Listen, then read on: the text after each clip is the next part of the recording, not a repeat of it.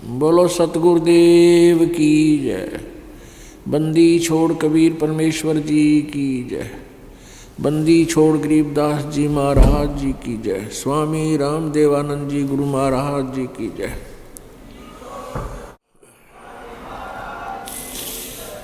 सर्व संतों की जय, सर्व भक्तों की जय, धर्मी पुरुषों की जय। श्री काशी धाम की जय, श्री छुडानी धाम की जय, श्री करोथा धाम की जय, श्री बरवाला धाम की जय। सत साहिब गरीब नमो नमो सतपुरुष को नमस्कार गुरु की नहीं।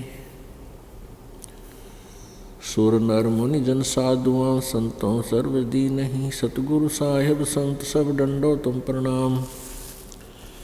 आगे पीछे मध्य हुए तिनको जा कुर्बान। नराकार निर्विषम काल जाल वैभंजनम निर्लेपम निज निर्गुणम अकल अनुबेशुंदनम।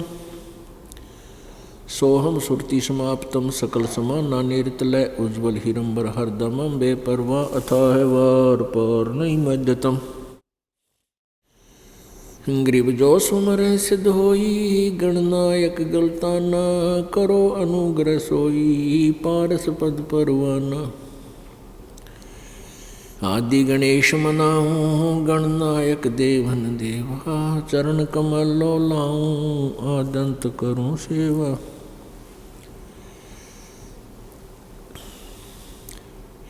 परम शक्ति संगीतम रिद्धि सिद्धिदाता सोई। अवगत गुणे अतीतम सत्पुरुष निर्मोही। जगदम्बा जगदीशम मंगल रूप मुरारी। तन मन अर्पों शीशम भक्ति मुक्ति भंडारी। सुर नर मुनि जन ध्यावे ब्रह्मा विष्णु महेशा। शेष शेष मुख गावे पूजे आदि गणेशा। इंद्र कुबेर सरीखा वरुण धर्म राय ध्यावे। समर्थ जीवन जी का मन इच्छा फल पावे। 33 कोटि आधारा ध्यावे से 88। उतरे भव जल पारा कट है यम की फांसी। 33 कोटि आधारा ध्यावे से 88। उतरे भव जल पारा कट है यम की फांसी।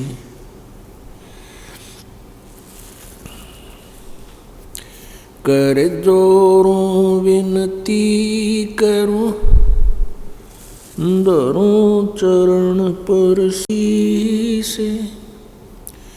गुरु जी राम देवानंद जी महाराज ने दियो नाम बख्शीश।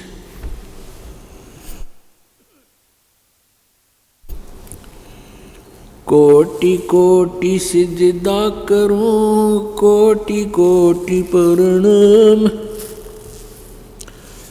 चरण कमल में राखियो मैं बंदी जाम गुलाम।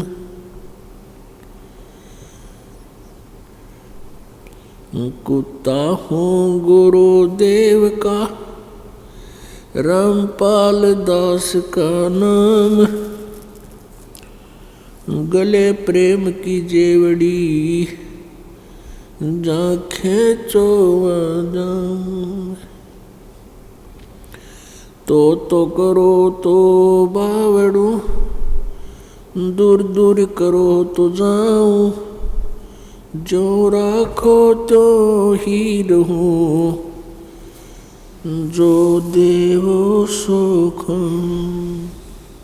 जय इब कै सतगुरु मिले सब दुख आँखों रोए। चरणों ऊपर शीश धरूं कहूँ जो कहनी हो। कबीर साईं मिलेंगे पूछेंगे कुशलात। आदि अंत की सब कहूँ अपने दिल की बात। गुरु जी तुम ना भूलियो चाहे लाख लोग मिल जाएं। हमसे तुमको बहुत है, तुमसे हमको नहीं। अब गुण किए तो बहुत किए, करत न मनिहारे। बावे बंदा बख्श दियो, बावे गर्दन उतार।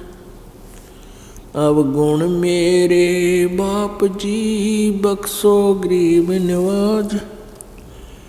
जे मैं पूत कपूत हूँ, बहुर पिता को लाज।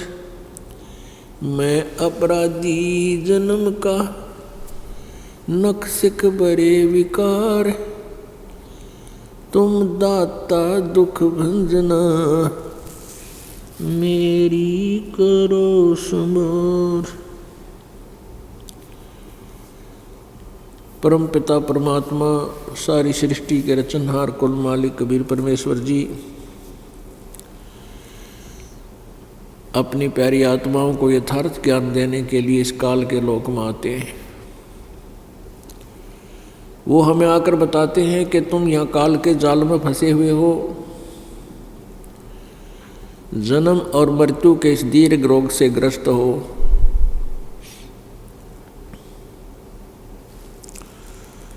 आप अपने लोक को भूल चुके हो जहाँ से तुम आए थे।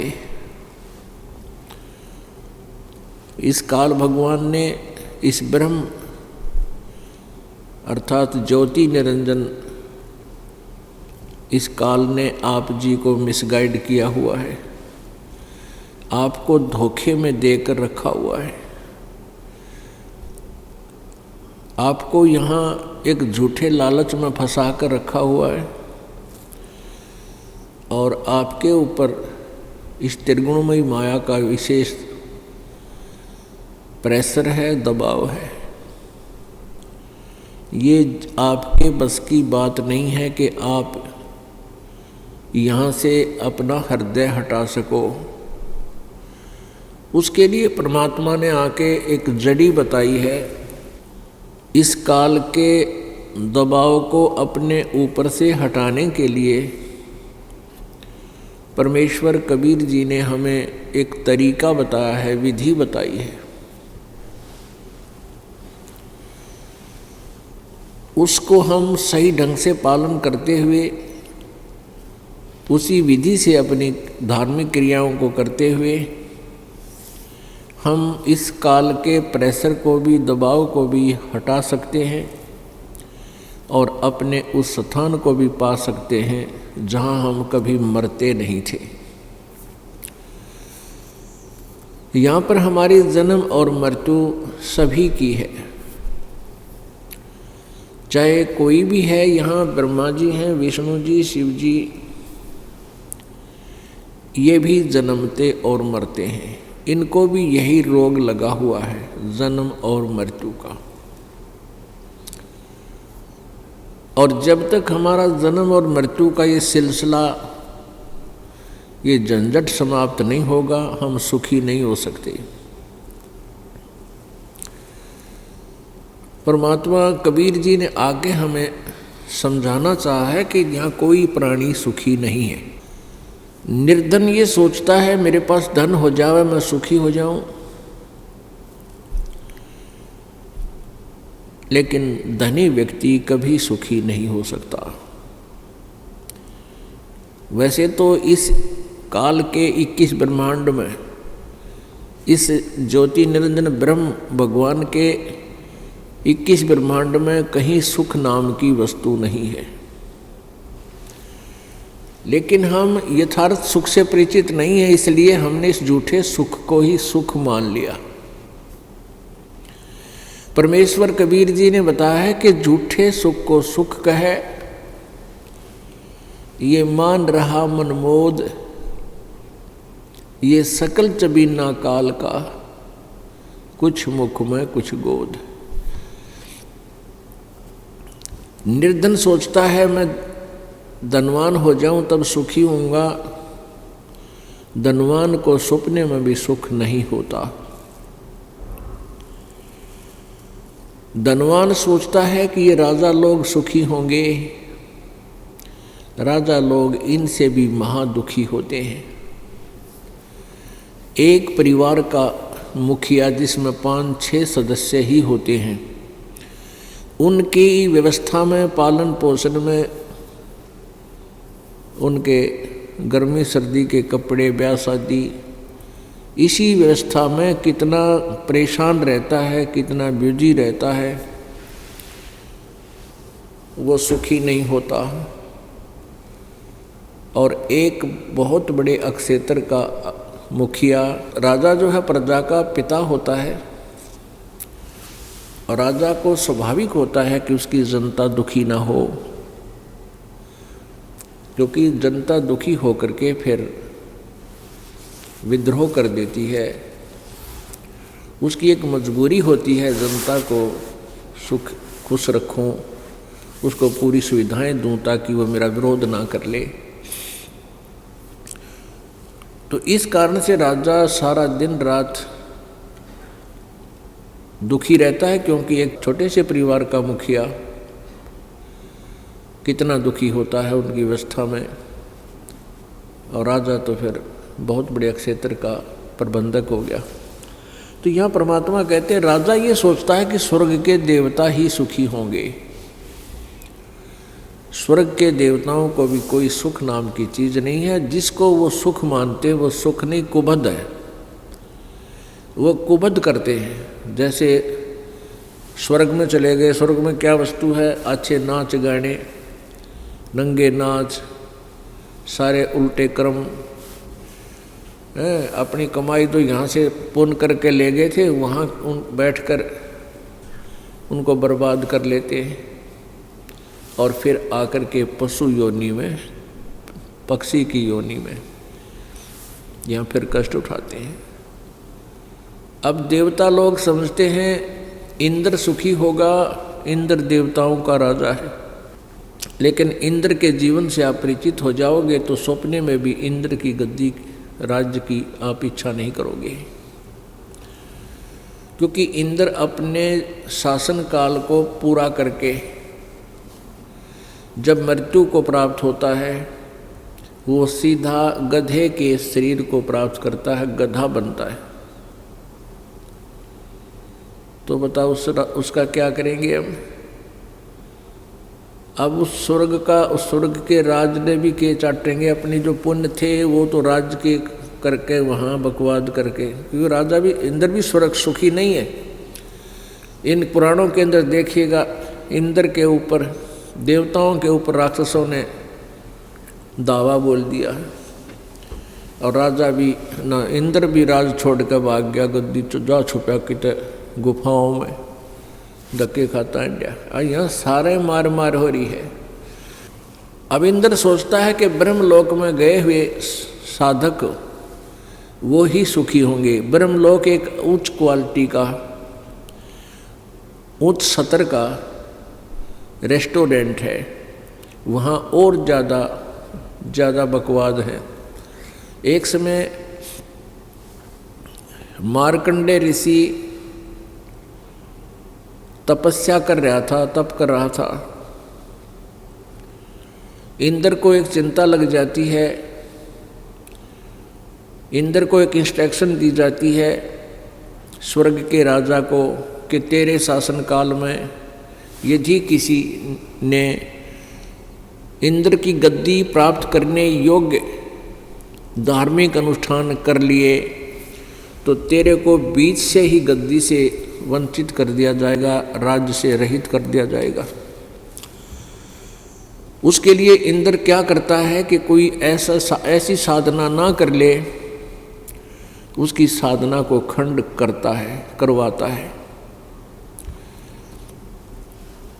और ये राजनीति इतनी घटिया होती है, राज्य को सुरक्षित रखने के लिए राजा ना जाने कितने घटिया स्तर पर उतर जाता है, ना जाने कितने जुल्म या घटिया स्तर के कर्म भी करने को तैयार हो जाता है। इतनी बुद्धि मलिन हो जाती है। इंद्र ये देखता रहता है कि कहीं कोई तेरी गद्दी को प्राप्त करने योग्य तपस्या अनुष्ठान ना कर ले, धार्मिक अनुष्ठान ना कर ले, अगर कोई कर रहा होता है तो उसको खंडित कराता है। स्वर्ग से, अपने लोक से जो उसके अंतर्गत औरतें हैं, अप्सराएं हैं, उनको भेज देता है और वो उनकी तपस्याओं को किसी न किसी कारण से खंड करवाए, नहीं तो वो फिर वहाँ उनकी पिटाई करता है। पुण्यात्माओं, हमारे साथ कितना जुल्म हो रहा है बिना ज्ञान के। मान ली यहाँ किसी बहन भाई ने खूब डट का भक्ति कर ली इस 3 लोक के भगवाना की, उससे कहाँ गए? स्वर्गलोक में। स्वर्गलोक में फिर ये बंदिश, एक राजा बाकी प्रजा। वो अच्छी आत्माएं वहाँ देव कहलाती हैं, देवी कहलाती हैं। उन देवियों का फिर वो राजा मिसयूज करता है, स्वयं भी बकवाद करता है और फिर अपने शासन को सुरक्षित रखने के लिए इस तरह उनको दबाव दे करके, प्रेशर से, और भेजता है कि उस व्यक्ति का तू उसके पास जा, गंदा कर्म कर और उसके तप को खंड करवा, नहीं तो तेरे को यहाँ सजा दूंगा। ऐसे जुल्म। और जहाँ पर वो देखता है कि अप्सराएं सक्सेस नहीं हो पाएंगी, अपनी पत्नी को भी इस दुष्कर्म के लिए भेज देता है, राज्य को सुरक्षित रखने के लिए। ये राज्य की इतनी गंदी चसक होती है।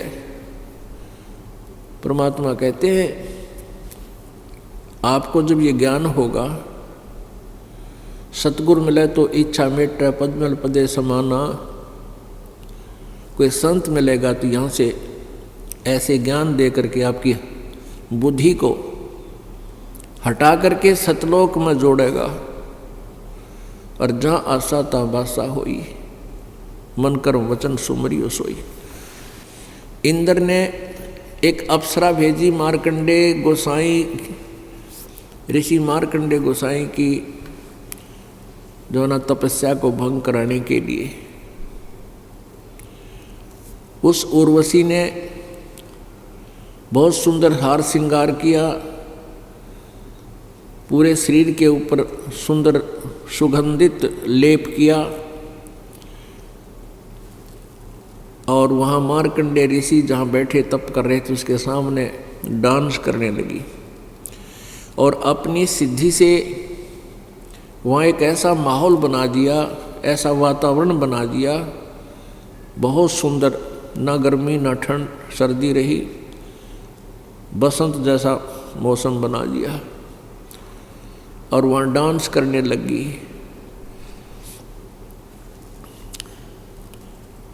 जब मार्कंडे ऋषि ने कोई गतिविधि नहीं की, उसको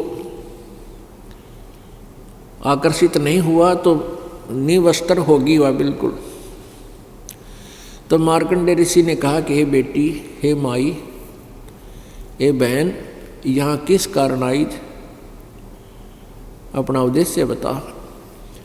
तब उर्वशी ने शर्मिंदा होकर के कपड़े पहने और कहा कि हे मार्कंडे गोसाई, आपकी समाधि, आपकी ध्यान, आपकी समाधि कौन से लोक में रहती है, मैं नहीं समझ सकी। मेरे इस स्वरूप को देखकर ये बनखंड में जितने भी तपस्वी थे सभी का जो है तप खंड हो गया मेरे देखने मात्र से। और आपने ऐसी कहाँ समाधि लगा रखी थी? समाधि मीन मेडिटेशन, मेडिटेशन हिंदी में ध्यान कहते हैं, कि आपका ध्यान कहाँ गया हुआ था? आंखें खुली हुई थी। मार्कंडे ऋषि ने कहा कि आपसे कोई सुंदर हो उसको भेज। और मेरी जहाँ समाधि थी, समाधि क्या होती है? जैसे एक दूरबीन होती है सूक्ष्मदर्शी, वो दूरबीन की रेंज होती है। ये भक्ति की शक्ति से हमारे अंतःकरण में वो व्यवस्थित हो जाती है। जितनी भक्ति करते हैं उतनी ही हमारी समाधि की रेंज बढ़ती चली जाती है। तो समाधि में जैसे आंखें यहाँ खोलो या बंद रखें, ध्यान हमारा कहीं और पहुँच जाता है। जैसे हम कहीं गए हों, कभी देखा हो कोई स्थान, हम यहाँ बैठे हैं, आंखें खुली हैं, हमारा ध्यान वहाँ पहुँच जाता है, उस गांव में, नगर में, रिश्तेदारी में और उन मकानों में घूम आता है, कहाँ बैठा था, किससे बातें की थी, ऐसे ये ध्यान है। तो ये तो एक वैसे ध्यान है, मन घूम आया। एक ऐसी स्थिति होती है कि यहाँ बैठा ऊपर के लोगों को या दूर देश में यहाँ पर भी वो देख सकता है कौन व्यक्ति कहाँ बैठा है, और ऐसे यहाँ बैठा उसकी आत्मा, वो समाधि बोलते हैं, वहाँ पहुँच जाती है। तो उसने बताया कि मेरी समाधि में जहाँ मेरा ध्यान गया हुआ था, जहाँ मैं नाच देख रहा था। अपने आत्माओं, एक कंसेप्ट को क्लियर करने के लिए बहुत सी जो है ना आपको ज्ञान बताने पड़ेंगे, बहुत सी जो है प्रमाण देने पड़ेंगे। अब समाधि कैसे लाई जा सकती है? समाधि के लिए जैसे समाधि लगा कर कहते हैं ना, भजन करे और कई वर्षों तक बैठा रहा, कई कई घंटे बैठा रहता है, तो उसमें ऐसा ही होता है। हमारे शरीर में ये कमल बने हुए हैं, और अभ्यास हठ योग से करते करते कोई चैनल, उसकी पिछली पुण्य कमाई से कोई चैनल ऑन हो गया, यानी कोई कमल खुल गया, उसमें वो आत्मा उसका प्रवेश कर गया। शरीर यहीं पर है, वो अपने ही शरीर में अंदर से ही उस टीवी पर देखता देखता अंदर घुस जाता है, और उस कमल में, यानी जैसे गणेश जी के कमल में, मूल कमल में प्रवेश हो गया, उसके लोक में समाधि पहुंच गई ऑटोमेटिकली। और वहाँ जो हो रहे हैं नाच गाने, कोई भी क्रिया, किसी प्रकार का कोई राज का पाठ का कोई व्यवस्था, गण हैं वह बैठे हैं, बातें कर रहे हैं, कोई कहीं कुछ हो रहा है, कहीं कुछ हो रहा है, जैसे इस लोक में चल रहा है, ऐसे वो देखता रहता है। उसको पता ही नहीं होता तू यहाँ बैठा है कितनी देर होगी, नहीं तो बैठ नहीं सकता ये मन, एक मिनट भी ना बैठने दे। 10 मिनट में कोई न कोई मुरोड़ी लगा देगा, चल वहाँ चलते हैं, ऐसा देखते हैं, ऐसा करते हैं। जैसे फिल्म देखते हैं, 3 घंटे होते हैं और 3 घंटे का पता नहीं लगता देखनिया ने, यदि उनके अनुकूल होता हुआ। तो इसी प्रकार ये अंदर एक फिल्म देखते रहते हैं, और इस कारण से ये काफ़ी वर्षों तक न्यों बैठा करते, और उस बैठे रहने से इनको तप बन जाता है, और कभी याद आ जाता है तो ये मंत्र का जाप भी करते हैं। इन दोनों का मिला जुला जो संयोग है, इनको स्वर्ग में प्राप्त होता है। जिसने ज़्यादा समाधि मेडिटेशन यानी हठ योग किया, तप किया, तो उसको इंद्र बना दिया जाता है, स्वर्ग का राजा भी बन जाता है। ओम नाम का जाप साथ में ये हठ योग करने वाले पहले ब्रह्मलोक में जाते हैं, और ब्रह्मलोक के बाद फिर ये पृथ्वी पर राज्य प्राप्त करते हैं, और उसके बाद 84 लाख योनियों में धक्के खाते हैं। तो मार्कंडेय ऋषि कह रहा कि मेरी समाधि जहाँ पर थी, अर्थात मैं जहाँ नाच गाने देख रहा था ब्रह्मलोक में, वहाँ नाचने वाली अप्सराओं की तेरे जैसी तो वहाँ 7 नौकरानी थी, 7, उनके पैर धोने वाली। तो मैं तो उनके डांस देख रहा था, और तेरे ते कोई सुंदर और हो उसने भेज। तो वो कहती है कि मैं इंद्र की रानी मैं ही हूँ, पटरानी, इंद्र की पटरानी मैं ही हूँ, और आप एक बार स्वर्ग लोक में, इंद्र लोक में चलो, नहीं तो मुझे दुहागन करेंगे, मुझे धिक्कारेंगे मेरी। आप एक बार वहाँ चलो, मेरी बेइज्जती हो जाएगी कि तू हार का आएगी। मार्कंडेय ऋषि ने कहा कि इंद्र की मृत्यु होगी तब तू क्या करेगी? उर्वशी ने कहा कि मैं ऐसे ऐसे 14 इंद्रों को वरूंगी। अब पुण्यात्मा इस काल के जाल से परिचित हो अच्छी तरह। वो पुण्यात्मा जो वहाँ पटरानी बनी है स्वर्ग के राजा की, उस पुण्यात्मा ने कितने साधना की, यहाँ की कितने जबरदस्त साधना की होगी, कितनी लंबी आयु प्राप्त की। कहती है 14 इंद्र वरूंगी मैं और फिर मरूंगी। एक इंद्र का शासनकाल 72 चतुर्युगी 72। ये जो चतुर्युगी किसे कहते हैं? सतयुग, त्रेता, द्वापर, कलयुग, इन चारों युगों का जो पीरियड है इसको चतुर्युगी कहते हैं। ये कितना होता है? 43,20,000 वर्ष। एक चतुर्युग 43,20,000 वर्ष का। और एक इंद्र का शासनकाल 72 चतुर्युग 72। और वो कहती कि मैं ऐसे ऐसे जो 72 चतुर्युग तक राज करेंगे, फिर ये इंद्र तो मर जाएगा जो वर्तमान में है, ये तो गधे की योनि में जाएगा। उसके बाद दूसरा जिसने तप कर रखा है वो रिजर्व है, उसको फिर बैठा दिया जाएगा, वेटिंग लिस्ट में है वो इंद्र का स्वर्ग का राजा इंद्र बन जाएगा, इंद्र की पदवी पावेगा।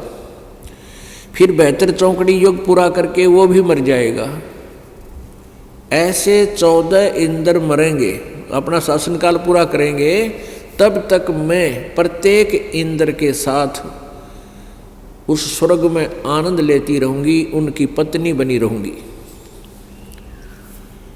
अब पुण्यात्माओं, परमात्मा ने इस बात का निर्णय दिया है। मार्कंडेय ऋषि की कथा के माध्यम से कि मार्कंडेय ऋषि ने पूछा कि मुझे तू उस स्वर्ग लोक में किस लिए ले जावा थी, इंद्र के लोक में? इंद्र की पटरानी ने कहा कि मैं अपनी इज्जत रखने के लिए, ये नहीं तो मुझे मेरी मजाक करेंगे और कहेंगे तू हार के आगी, मेरी बेइज्जती हो जाएगी। मार्कंडेय ऋषि ने पूछा कि 14 इंद्र करेगी, वो 14 भी मरेंगे, फिर क्या करेगी? यानी मृत्यु तो तेरी फिर भी होगी। फिर वो कहने लगी जितने इंद्र मैं भोगूंगी वह तो गधे बनेंगे और मैं गधी बनूंगी अपना ये स्वर्ग का समय पूरा करके। तो मार्कंडेय ऋषि बोला फिर गधियां का इज्जत किसी, जब तू खुद कह रही तू अब जिंदा जी गधी, क्योंकि 14 खत्म करेगी और फिर भी इज्जत का ठेका ले रही, देख मन के किसी खोटे काम, और फिर भी इज्जतदार कहलाती है, 14 खत्म करेगी, 14 इंद्र भोगेगी और फिर क्या बनेगी? फिर गधी। आज भी गधी है तू बनने से पहले। इतने में इंद्र आ गया। जो पता लगा कि मार्कंडेय ऋषि टस से मस नहीं हुआ, इंद्र ने आकर कहा कि हे महाराज, हे बंद निवाज, इंद्र की गद्दी प्राप्त करो, तुम जीते हम हारे। मार्कंडेय ऋषि ने कहा कि अरे अरे इंद्र, तू क्या कहता है? ये इंद्र की गद्दी मेरे किससे काम की नहीं, मुझे नहीं चाहिए तेरे इंद्र का राज। और उसको समझाने की चेष्टा की मार्कंडेय ऋषि ने कि इंद्र, अब तुझे मालूम है कि 72 चौकड़ी युग पूरा करके तेरी मृत्यु होगी, तेरा शासन काल पूरा होगा और उसके बाद तू गधा बनेगा। आजा, मैं तुझे एक ऐसा मार्ग बताऊंगा, ऐसी भक्ति दूंगा, तू अमर हो जाएगा, तो फिर तेरी मृत्यु नहीं होगी। अब मार्कंडेय ऋषि ने कहा कि आजा तुझे ब्रह्मलोक की साधना बता दूं। अब मार्कंडेय ऋषि जी को केवल ब्रह्मलोक ही सबसे बड़ा लास्ट दिखा था। लेकिन गीता जी अध्याय नंबर 8 के श्लोक नंबर 16 में कहा है कि ब्रह्मलोक पर्यंत ये सभी लोक पुनरावृत्ति में हैं। पुनरावृत्ति माने बार बार जन्म मृत्यु होती है। इसको महास्वर्ग भी बोलते हैं, ब्रह्मलोक भी बोलते हैं। ब्रह्मलोक में गए प्राणी भी अपने पुण्यों को समाप्त करके, पुण्यों के अक्षीण होने पर वो फिर इस मृत लोक में आते हैं, नरक में भी जाते हैं, लेकिन उनका पीरियड ज़्यादा होता है। ब्रह्मलोक में गए हुए प्राणियों का समय बहुत ज़्यादा हो जाता है। वहाँ पर भी इस बात पर निर्भर करती है कि जिसने अधिक साधना कर रखी है ओम नाम की या गहन किए हैं, तो उसका शासन काल एक ब्रह्मा की मृत्यु तक भी रह जाता है, प्रत्येक का नहीं, विशेष का। तो मार्कंडेय ऋषि ने यही सोच रखा था कि वहाँ जाने के बाद 36,000 बार उत्पत्ति और प्रलय होती है इस एक ब्रह्मांड की। 36,000 बार तब तक वहाँ रहा जा सकता है ब्रह्मलोक में, लेकिन मृत्यु फिर भी होगी। तो पुण्यात्माओं, परमेश्वर कबीर जी ने आकर हमें यह ज्ञान दिया है, स्वयं ही आकर हमें यह ज्ञान बताया है कि इस जन्म मृत्यु के रोग से छूटने के लिए आप जी को मेरे द्वारा यानी कबीर परमेश्वर जी द्वारा बताई गई साधना का अनुसरण और उसका पालन करना होगा। फिर तुम्हारी मृत्यु कभी नहीं होगी, सतलोक चले जाओगे। पुण्यात्मा, ब्रह्मा जी की भी मृत्यु होगी, विष्णु जी की भी मृत्यु होगी और शिव जी की भी मृत्यु होगी। इनका पिता है ज्योति निरंजन, की माता है दुर्गा या अष्टांगी प्रकृति देवी, इसकी भी मृत्यु होगी। जो इनका पिता है काल, इसको ब्रह्म बोलते हैं, ब्रह्म जो 21 ब्रह्मांड का स्वामी है, इस ब्रह्म की भी मृत्यु होगी।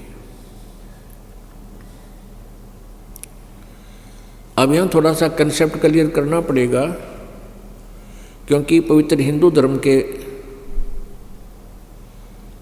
अनुयायी जो हैं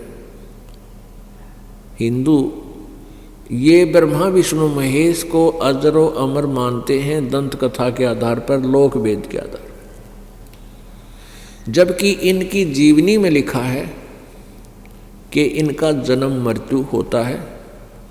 इसके इनके माता पिता हैं, ये देखिएगा श्रीमद् देवी भागवत पुराण यानी दुर्ग शक्ति पुराण, श्रीमद् देवी भागवत सचित्र मोटा टाइप केवल हिंदी, गीता प्रेस गोरखपुर।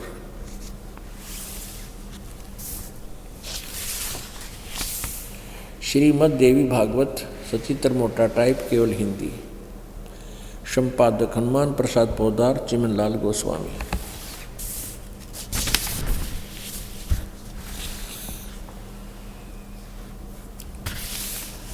प्रकाशक एवं मुद्रक गीता प्रेस गोरखपुर, गोविंद भवन कार्यालय कोलकाता का संस्थान।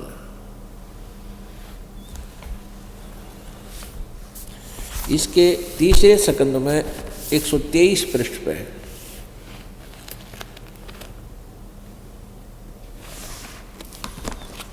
ये है संक्षिप्त देवी भागवत तीसरा स्कंद, पृष्ठ 123 पृष्ठ पे। यहाँ से शुरू करते हैं। भगवान विष्णु जी अपनी माता दुर्गा की महिमा करता है और कहता तुम शुद्ध स्वरूपा हो, यह सारा संसार तुम्हीं से उद्भासित हो रहा है। मैं ब्रह्मा और शंकर हम सभी तुम्हारी कृपा से विद्यमान हैं। हमारा आविर्भाव बिन जन्म, तिरोभाव बिन मृत्यु, हुआ करता है। हमारा तो जन्म और मृत्यु, आविर्भाव और तिरोभाव होता है, अर्थात हम अविनाशी नहीं हैं। केवल तुम ही नित्य हो, तुम ही अविनाशी हो, जगत जननी हो, प्रकृति और सनातनी देवी हो। ये प्रकृति भी दुर्गा को ही कहते हैं। अब यहाँ देखिएगा, भगवान शंकर बोले, देवी यदि महाभाग विष्णु तुम्ही से उत्पन्न हुए हैं, प्रकट हुए हैं, तो उनके बाद उत्पन्न होने वाले ब्रह्मा भी तुम्हारे ही बालक हुए।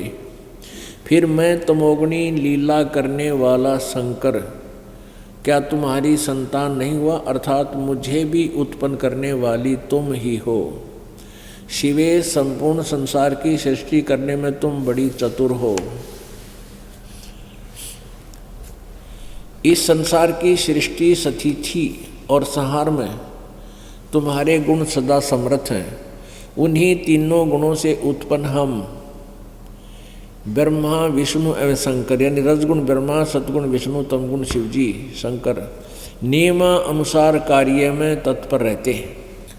अब इस पवित्र पुराण ने तीसरे स्कंद में 123 पृष्ठ पर यह स्पष्ट कर दिया कि ब्रह्मा, विष्णु, महेश ये तीनों नासवान हैं और दुर्गा इनके जन्म देने वाली है, इनकी माता है, जननी है। और दूसरा ये कंसेप्ट क्लियर, तीसरा ये हो गया कि रजगुण ब्रह्मा है, सतगुण विष्णु, तमगुण शिव जी। और चौथा कंसेप्ट ये क्लियर हुआ कि ये केवल नियमित काम कर सकते हैं। नियमित, जैसा कर्म आपका है वैसा ही दे सकते हैं, इसमें कोई परिवर्तन नहीं कर सकते। जैसे अभी तक हम सुनते आए हैं कि जैसे कर्म करेगा वैसा फल देगा भगवान। तो ये भगवान तो ब्रह्म तक भी, पर ब्रह्म तक भी एक पूर्ण ब्रह्म न छोड़कर, पार ब्रह्म को छोड़कर जितने भी ये भगवान हैं, ये केवल वर्क डन दे सकते हैं। जैसा किया वैसा ही फल मिलेगा। पुण्य के लिए अलग अकाउंट है, खाता है, और पाप का अलग से, तो दोनों ही भोगने पड़ते हैं। तो ये स्पष्ट कर रहे हैं कि हम तो केवल वही जो सीमित हमारी पावर्स हैं, उस पावर्स के हिसाब से हम सब काम करते हैं। हम किसी में कुछ चेंज नहीं कर सकते, नियमित काम करते हैं। पुण्यात्मा, जब तक ये तत्व ज्ञान हमें प्राप्त नहीं हुआ था, इस दास को भी पवित्र हिंदू धर्म में जन्म होने के कारण ब्रह्मा, विष्णु, महेश की वो लोक वेद कहानियाँ सुना करते थे। इनके कोई माता पिता नहीं, अजरो अमर हैं, यही सर्वशक्तिमान है, ये स्थिति, संहार और सृष्टि यही करते हैं। अब इनकी जीवनी हम खुद पढ़ने योग्य हुए, आपको भी पढ़ा इस प्रोजेक्टर के माध्यम से, तो अब हम ये डले नहीं ढोएंगे। हम ये भगवान जितनी शक्ति रखते हैं हम इससे परिचित हो गए, ये बुरे नहीं बताए। जैसे गीता जी अध्याय नंबर 2 श्लोक नंबर 46 में कहा कि अर्जुन, एक बहुत बड़े जलाशय की प्राप्ति के उपरांत छोटे जलाशय में जैसी आस्था रह जाती है, इसी प्रकार उस परमात्म तत्व को जानने के उपरांत अन्य ज्ञान में तेरी जैसी बुद्धि रह जाए, आस्था रह जाएगी, तेरी उतनी ही आस्था रह जाएगी। कहने का भाव ये है कि जैसे पहले तालाबों के ऊपर, जलाशयों के ऊपर आश्रित होता था मानव जीवन, फल फ्रूट बहुत होते थे, नाना आहार करना, कोई सब्जी बो लेते थे, थोड़ी बहुत कुछ अपना खेती करते थे, तो भी इन तालाबों का ही सहयोग दिया करते थे। वर्षा समय पर हो जाया करती थी, वर्षा होती रहती, कई बार अकाल भी गिर जाते थे। तो जैसे छोटे तालाब में जिस पर आश्रित है वो व्यक्ति, एक परिवार ऐसे 10-10, 5-5 परिवार एक तालाब के किनारे रहा करते थे, झोंपड़ी डाल डोल गए। तो ये बताना चाहे कि उस तालाब पर आश्रित व्यक्ति, किस तालाब पर कि जिसमें 1 वर्ष वर्षा ना हो तो उसका पानी सूख जा, उसमें जल नहीं रहे, और आश्रित लोग भी जल के अभाव से महाकष्ट को प्राप्त हों, मृत्यु को भी प्राप्त हो जाती है। और उन व्यक्तियों को एक बहुत बड़ी झील, बहुत बड़ा जलाशय प्राप्त हो जा, जिसका जल 10 वर्ष वर्षा ना हो तो भी समाप्त ना होए, तो कहते हैं फिर जितनी आस्था उसमें हो जाएगी जो बहुत बड़ा जलाशय में, और फिर छोटे जलाशय में जैसी आस्था रह जाएगी। वो छोटा जलाशय बुरा नहीं, लेकिन सफिशिएंट नहीं, वो तो काम चलाऊ है, बुरा नहीं। जल तो उसमें भी है और बढ़िया मीठा जल है, लेकिन वो नष्ट होने का है, वो समाप्त हो जाएगा, और 1 वर्ष वर्षा ना हुई तो सब उसके आश्रित भी मर जाएंगे। तो कहने का भाव यह है कि बड़ा जलाशय जब मिल जाएगा तो छोटे में आस्था, छोटा जलाशय बुरा नहीं, लेकिन वहाँ रह कोई नहीं, फिर ठाक है झोंपड़ी वहाँ जा डालेंगे उसके आसपास, चाहे 10 किलोमीटर 20 किलोमीटर पर हो, चाहे 100 किलोमीटर पर हो, अपनी जान बचानी है। तो ऐसे ही बताया कि जब इन पूर्ण परमात्मा की महिमा से परिचित होने के बाद आप जी की आस्था इन ब्रह्मा विष्णु महेश और ब्रह्म में ऐसे रह जाएगी जैसे छोटे जलाशय में रह जाती है। छोटा जलाशय बुरा नहीं लगता, लेकिन उसकी औकात का पता लग गया कि ये तो कभी भी धोखा दे सकता है। यो भी सुख है, बरसाना होता है, और हम भी मरेंगे साथ में।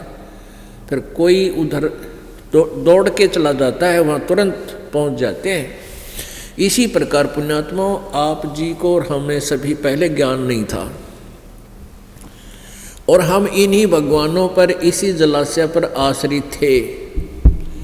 अब हमें वो झील मिल गई, वो बड़ा जलाशय प्राप्त हो गया, यानी सतलोक का ज्ञान हो गया।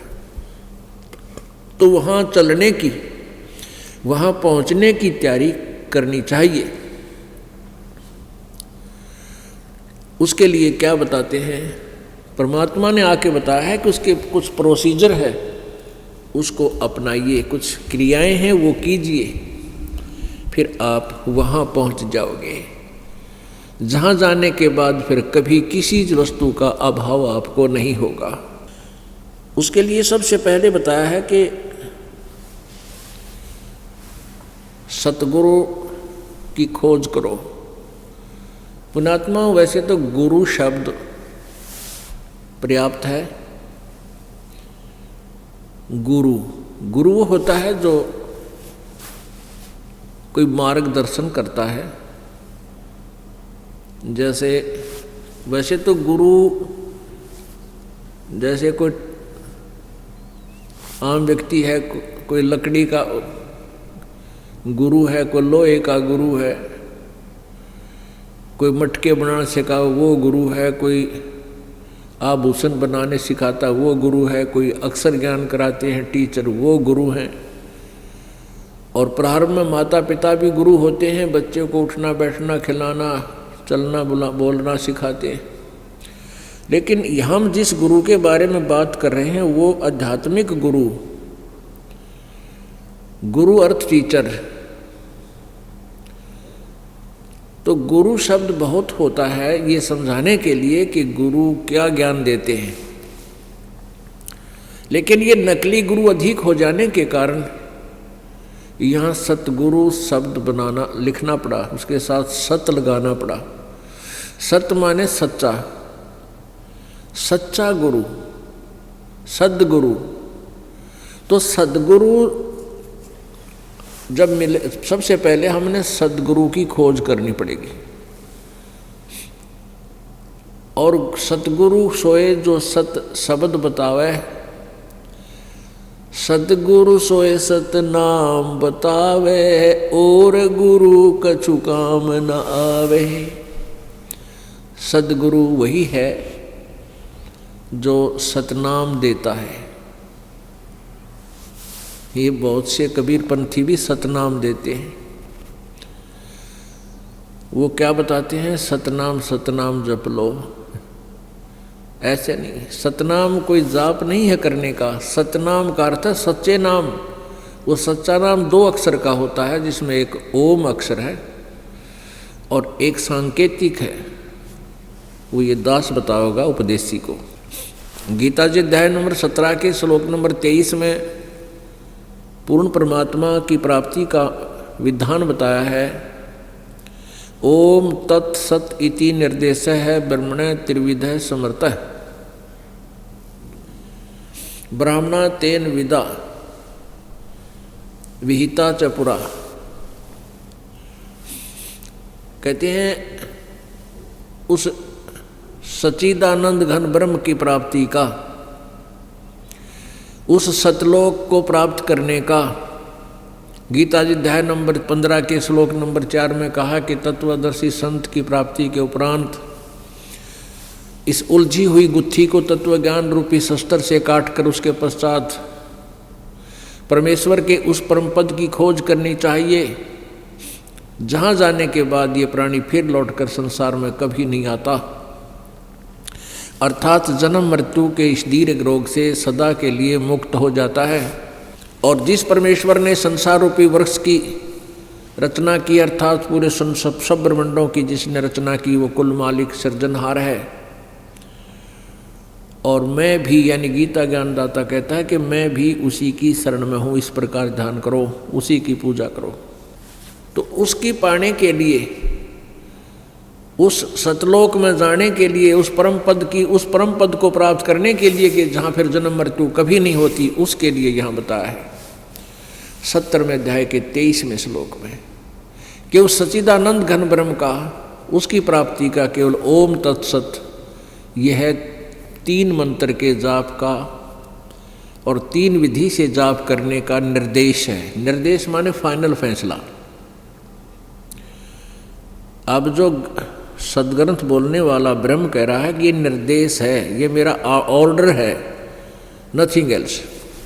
तो उसमें ओम तो सीधा ही बोल दिया ब्रह्म का है, और तत् ये सांकेतिक है, ये परब्रह्म का है, अक्षर पुरुष का।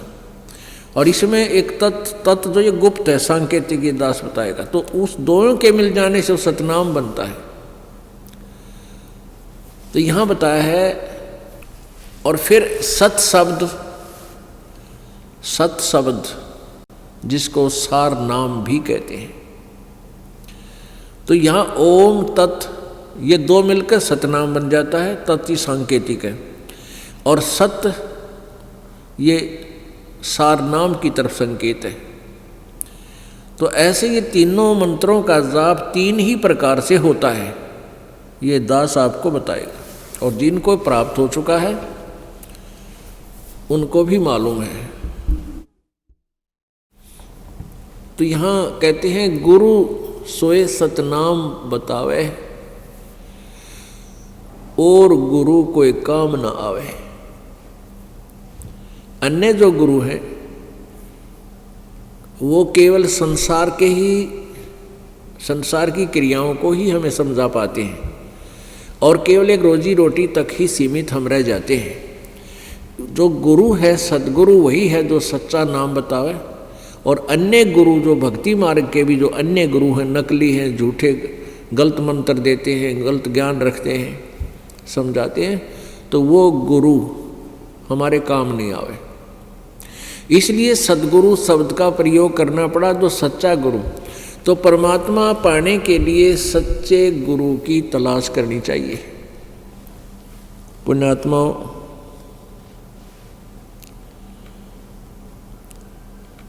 परमात्मा पूर्ण ब्रह्म सर्वश्रेष्ठी रचनहार कबीर देव, कबीर साहब,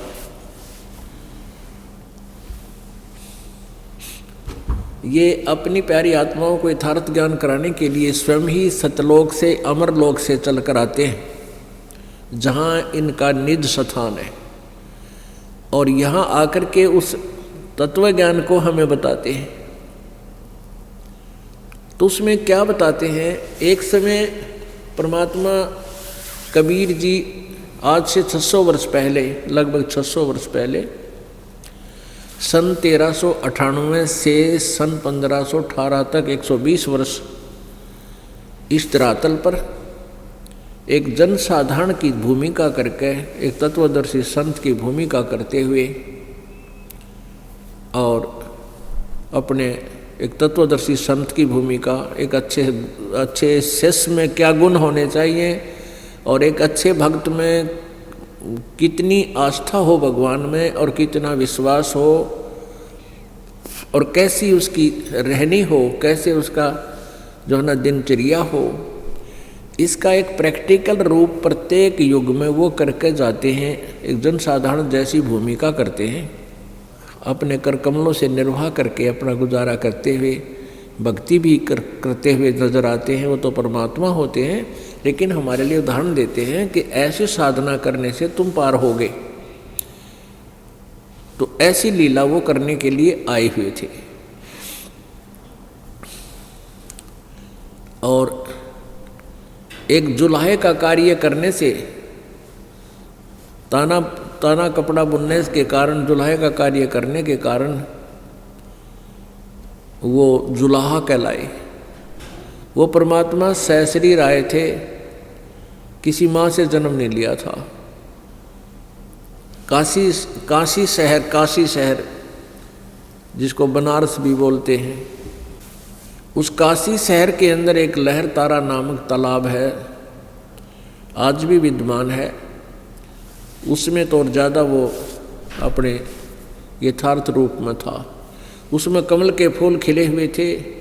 परमात्मा सतलोक से आए, एक शिशु रूप धारण किया और कमल के फूल पर विराजमान हो गए। इनके प्रत्यक्ष दृष्टा एक अष्टानंद नाम के ऋषि हैं और नीरू नीमा नामक एक जुलाहा दंपति उनको उठा ले गया परमात्मा बालक रूप में। वो निसंतान थे और परमात्मा की परवरिश की लीला एक जुलाहे के घर हुई। फिर बड़े होकर के उसी जुलाहे के कार्य को करने लगे, जिस कारण से जुलाहा कहलाए। उनके कोई माता पिता नहीं है। तो जब परमात्मा यहाँ आए हुए थे, 120 वर्ष तक रहे, बड़े हुए। जब 5 वर्ष की आयु में ही उन्होंने बड़े बड़े विद्वानों के छक्के छुड़ा दिए थे। किसी के पास जवाब नहीं था। परमात्मा प्रश्न किया करते थे, कौन ब्रह्मा का पिता है, कौन विष्णु की माँ और शंकर का दादा कौन है, मंडलेश्वर दे बता। जिसके पास भी जाते थे कि हे ब्राह्मण, हे ऋषि, ये प्रश्न उत्तर दो। वो कहा करते थे इनके कोई माता पिता नहीं है, तो अजरो अमर हैं, सर्वेश्वर हैं, महेश्वर हैं और ये सारी सृष्टि की यही करता है, यही सतिथि सृष्टि करता, यही सतिथि करता, ये संहार करता। लेकिन परमात्मा बताया करते थे, नहीं, आप गलत ज्ञान दे रहे हो, तुम अपने ही सदग्रंथों से परिचित नहीं हो। उस समय परमात्मा की, परमेश्वर कबीर जी की वाणी को किसी ने विश्वास नहीं किया, नहीं समझा। और वही वाणी 600 वर्ष पहले लिखी हुई आज आपके समक्ष और बता रहे हैं। और हमारे सदग्रंथ जिनको हम सच्चे ग्रंथ मानते थे, जैसे पुराण, पवित्र 18 पुराण, पवित्र श्रीमद् भगवत गीता, पवित्र 4 वेद, ये उस परमेश्वर कबीर जी का ही गुणगान करते हैं। और ब्रह्मा विष्णु महेश की यथार्थ जीवनी से वो परिचित करा रहे हैं कि इनका जन्म मृत्यु होता है, दुर्गा इनकी माता है, ज्योति निरंजन इनका पिता, ये काल रूपी भगवान ब्रह्म। तो पुण्यात्माओं, परमात्मा जगह जगह जाकर सत्संग किया करते थे और यही विचार व्यक्त करते थे कि परमात्मा पाने के लिए सबसे पहले गुरु जी की आवश्यकता है। पहले तो ये डिफरेंस बताते थे कि तुम जिन भगवानों का जाप करते हो, भक्ति करते हो, वो केवल तुम्हें वर्क डन ही देते हैं, जैसा तुम करोगे वैसा ही देंगे। इसमें अगर आपके भाग्य में कोई दुख है, उसमें कोई परिवर्तन आपके ब्रह्मा विष्णु महेश नहीं कर सकते। अब कोई प्रश्न करता था कि आप कैसे कह रहे हो, कबीर जी को कहा करते थे परमेश्वर को कि तुम ये कैसे बात कह रहे हो कि ब्रह्मा विष्णु महेश कुछ नहीं कर सकते। राजा मोर ध्वज के पुत्र तामर ध्वज को आरे से चिरवा कर जीवित कर दिया था। परमात्मा कहा करते थे कि तामर ध्वज को तो जीवित कर दिया था, लेकिन अभिमन्यु को जीवित नहीं कर सके श्री कृष्ण जी। अभिमन्यु सुभद्रा का पुत्र था, सुभद्रा श्री कृष्ण जी की बहन थी, अभिमन्यु श्री कृष्ण जी का भांजा था। अपने भांजे को जीवित नहीं कर सका,